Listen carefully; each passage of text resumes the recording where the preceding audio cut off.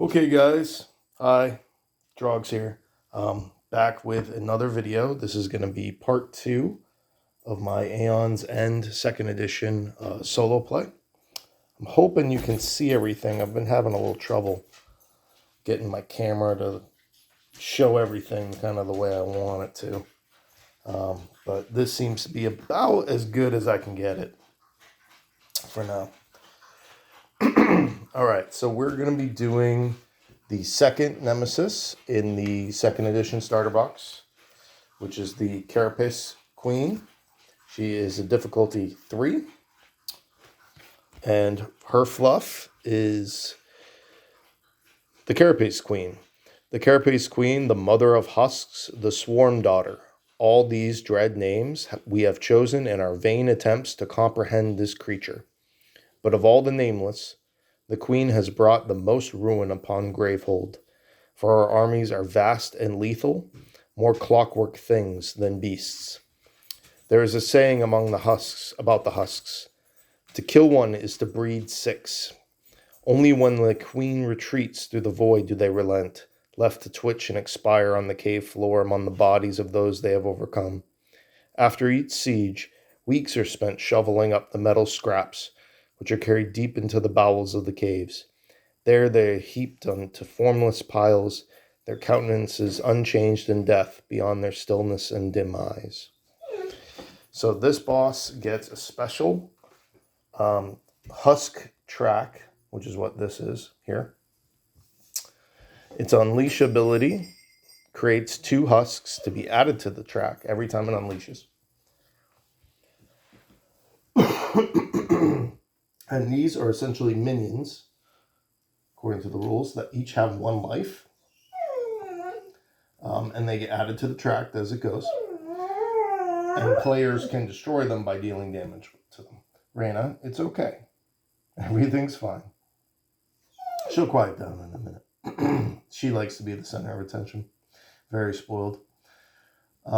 If you max out this board and you need to create more husks, each husk created will instead do 1 damage to Gravehold. And when the Queen swarms, she activates a special rule based on how many husks are on the board. If you're on this first row here, it creates 4 additional husks. If you're on the second row, a player discards a spell and creates 2 husks. If you're on the third row, Gravehold takes 5 damage. The fourth row, the player with the lowest life suffers 3 damage, and a husk is destroyed. And if you're on this last row here, which is 13 plus, the players lose the game. You lose the game automatically. Now, I played her once before, about a year ago, when I first got it, and I lost because somehow, with the combination of cards that came out, I think something activated that unleashed 3 times. And if you're down, and you can be down in the second row, like feeling good, and you unleash 3 times and you add 6, and boom, you're game over. It can happen very quick. So the players, so my game plan is just really be on top of keeping those husks down as low as I can, and then still finding a way to damage the Queen, or maybe even just staying on the husks the whole time and just letting her run out of cards, winning the game that way. So I did 2 different mages than last time for this game. It's going to be Mist. I have not played with either of these characters before. Her special ability allows the ally to draw 4 cards. And her story is: the mages, they all think me brave, their closest substitute to Thraxir. His death was like all the others, swift and cruel. It is true, I have waded in the fire of the breach 3 times. Each time I left splinters of myself behind, little shreds ripped from my bleeding soul. Though many beasts have been quieted by my blade, I must confess each one of them has scarred me more than the last. I am not brave, not like Thraxir, not like Brahma. I simply do this because it was asked of me. I fight not truly for Gravehold alone, but selfishly. I would risk everything for the hope of leaving this place. I was made a dagger captain and taught the sister words to wield the breach, but I am no different than anyone here. Scared, desperate, and willing to die for an opportunity to once again be alive. Dagger Captain. That's her title. Seems pretty cool. And then the other player I have picked is Kadir. Her ability, that players may return up to 3 spells in their discard pile to their hand. That player, this can be activated during either player's turn. That player may prep up to 2 spells to each of their open breaches this turn. So I kind of thought these two might be fun to play together as like a super turn. You know, activate it during her turn, and I get to pull out an additional 3 spells and double prep everything, in addition to pulling in 4 cards.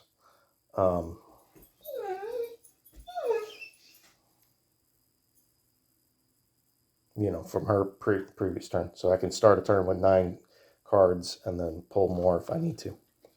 So I thought that would be really cool. So her fluff is, I am alone in my hunger to explore the deeps. The elders say the ancient tribes once worshipped a sleeping god somewhere in the maze of tunnels and vaults below. I have journeyed farther than any other and seen many an oddity in the pure black silence, but none yet that resembles a god, asleep or otherwise. There is no peace to be had elsewhere in Gravehold. Woe fills the air like dust, a patina of dread scattered upon everything. Sorry, my eyesight's starting to go. But in the deep there is peace. In the deep there is wisdom that wells up from within as yourself dissolves into the emptiness. This is why we take the youngling mages there, to decant their minds, to clear their thoughts, even if only for that single pilgrimage.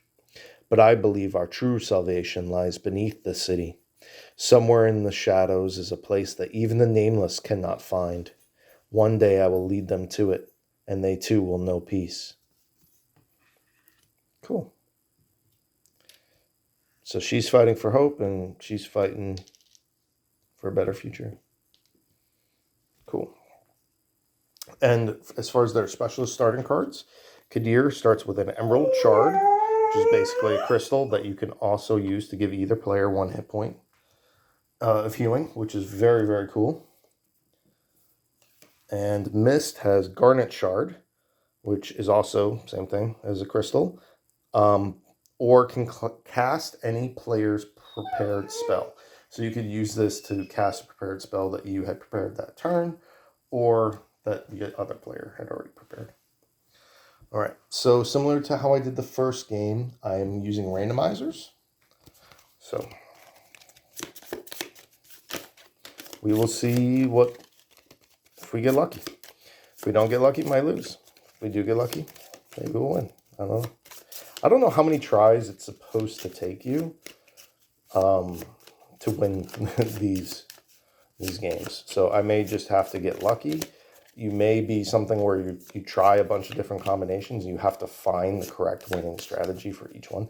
Like I said, for this one, it may be the best way to go, depending on how her cards are to just kill all these little guys, the husks, and just not worry about her life.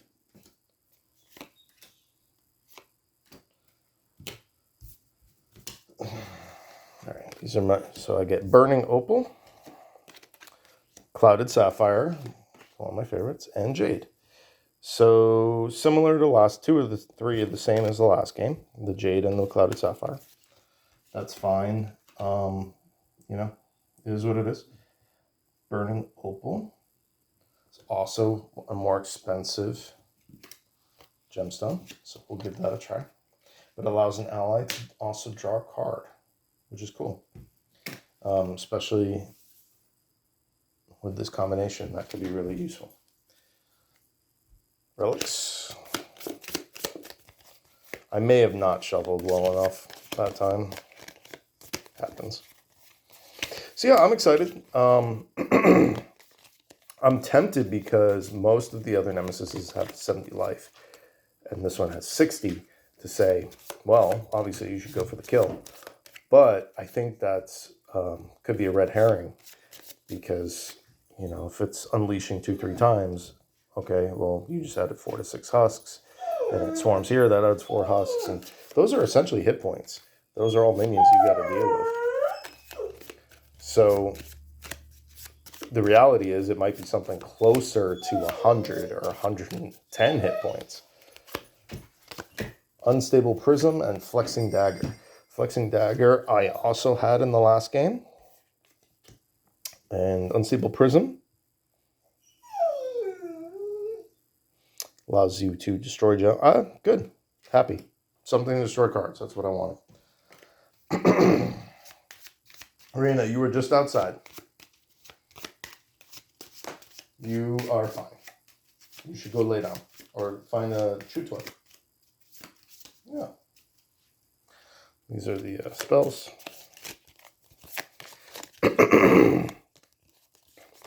So in this case, with these two heroes, I think I'm still going to go for the kill. But if I was playing with different mages, like Brahma has a heal that lets you heal players, and there's another, one of the heroes I used last game has something that negates all damage that turn. Like maybe, I don't know if I would work on that swarm, but maybe that would. Reina, I can't think. I can't hear myself think. Please, can you please be quiet? Maybe that would be the way to go, to just try to outlast the deck and run that out while keeping the husks low all the time and just not even worrying about damaging the Carapace Queen. I'm sure there are some bosses that are designed that way. I'm suspecting this might be that. And it's kind of like, okay, yeah, you go after the first boss pretty easy. Here's the second boss. Try to win. And it's probably pretty hard. You probably have to get pretty lucky. What are you doing? What do you think you're doing? Well, you know better than going there. All right, let's see what I got. Amplify Vision, Consuming Void, Wildfire Whip, Phoenix Flame. I don't even know what these two are. Phoenix Flame, deal 2 damage. You may... Oh, I should go read through all these. I'll do that now. Okay. So I don't have to go through and do this later. So for our 3 gems, we got Jade. It's a 2-cost gem that gives 2 power. Simple. Burning Opal, a 5-cost gem that gains 3 power. It allows you to discard a card in your hand and allow your ally to draw an additional card, so that they would have 6 or even 7 cards if you use that ability twice. And a Clouded Sapphire, a 6-cost gemstone that gives 3 power. The first time you play this, each turn, it allows your ally to gain a charge of the special ability. I love that card. Our first relic is Flexing Dagger. The next time you focus or open a breach this turn, it costs 3 less power, or you may destroy this card to deal 1 damage. So that's what you want to do with it once all your breaches are open. And Unstable Prism. Play a gem in your hand twice and destroy it, or use this to gain 2 power. And it's a 3-cost relic. So it's effectively like a Jade, but it also will destroy your crystals. So really like that card. First spell we have is Phoenix Flame. It's 3 cost, deals 2 damage. You may lose 1 charge to do 2 additional damage. Make it a 4 damage spell. That's pretty cool, especially with the Clouded Sapphire.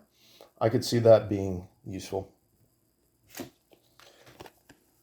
Amplify Vision is a 4-cost spell that focuses your closed breach with the lowest focus cost. So this will help us open up our breaches.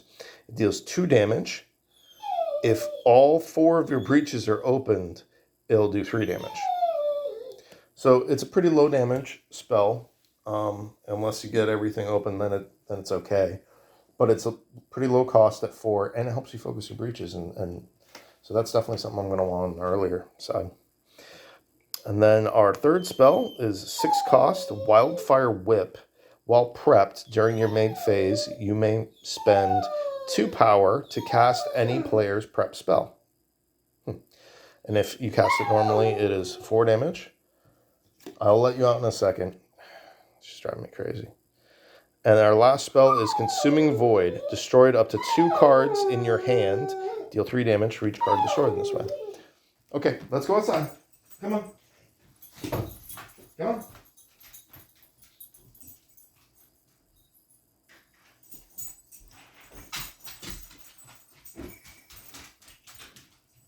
Go on. Outside.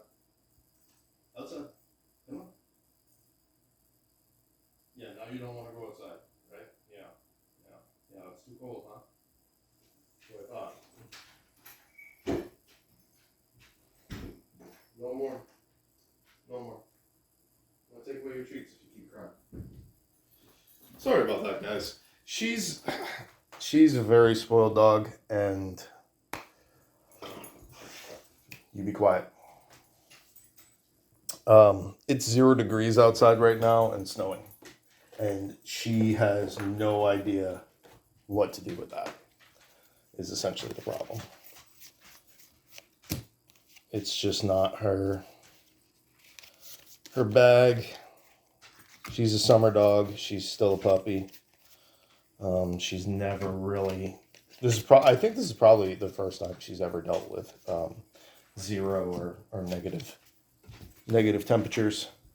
And she's only seen snow once, very briefly, for like an hour or 2. And it wasn't really like sticking and building up the way it is right now. So she keeps asking to go outside and then wants absolutely nothing to do with it. But I can't make it warmer out there. So, yeah. So I apologize if she's annoying you guys and,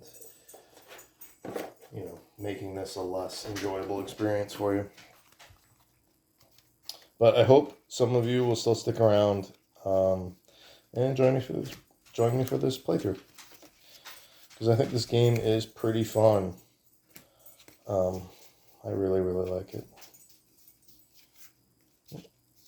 Almost didn't see that. So I've only played this a little bit, and there's still at least 5 or 6 cards, I would say, that I have not seen yet or played with. 2 of them are, well, now there's 5 or 6. There were 7 or 8, because 2 of them are in this right here. Phoenix Flame and Wildfire Whip I've never seen before. Except maybe when I first opened the box. Alright, let's get the real cards down. Just bear with me, guys. I do have everything else set up and ready to go.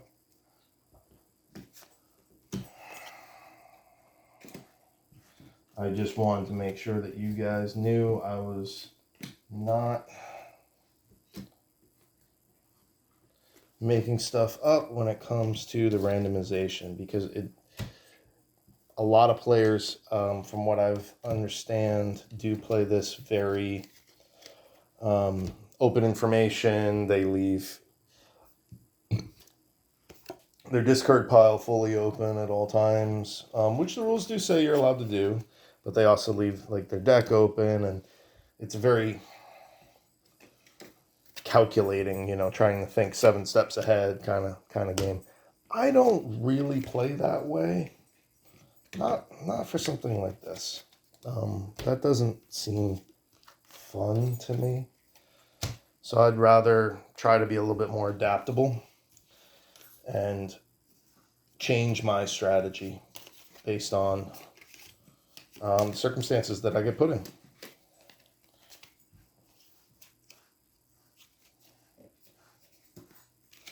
Okay, these are all my randomizers. These are my leftover spells. Okay. And these are a little tight. I wanted to try to give a little bit of room so you could see the hands. We couldn't really see the hand in the first video, so I was trying to improve upon that. Okay. So let's go. Carapace Queen, Mist, and Kadir. First round.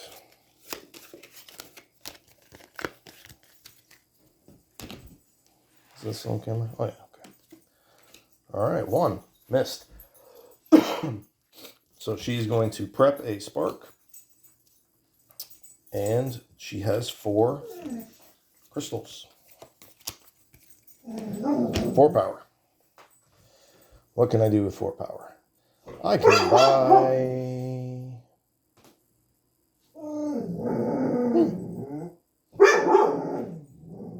buy Amplify Vision. I will. And then for her next turn, she's going to have 2 sparks with 3 crystals. Turn order, Nemesis. Draw a card. Brood Worm, a brood womb. If there's at least 1 husk in play, prevent all damage dealt to this minion. Persistent, put 1 husk into play. Okay. Why did I pull another card? I didn't read it. Sorry. Oh, look at that. Lucky, lucky. So persistent places a husk into play. That goes first. Carapace Queen swarms. So that puts another 4 husks into play. This is what I was talking about. That wasn't even an unleash effect. And I'm already into the 7 husks. Gravehold suffers 5 damage. And it's the first turn. That's a little crazy to me. And this thing's immune to damage. So, Carapace Queen's tough. All right, 2. I will prep Spark. And then she's going to use her crystals for 4 power as well. But she is going to take 2 jades. Or, no, a jade and a flexing dagger. Yeah. And her next turn, 2 sparks, 3 crystals. Turn 1. I'm going to, Mist. I'm going to cast Spark. I'm going to destroy 1 husk. Now, I am going to prep that spark. I am then going to use these 3 crystals to open my, is that right? Yeah. Open my second breach. Why is this enough?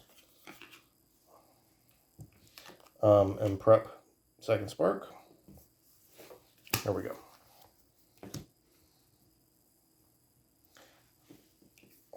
And then her next turn, 2, 3, 4, 5. She's going to have Amplify Vision, 3 crystals, and Garnet Shard. And 2. Same deal. Spark, remove a husk.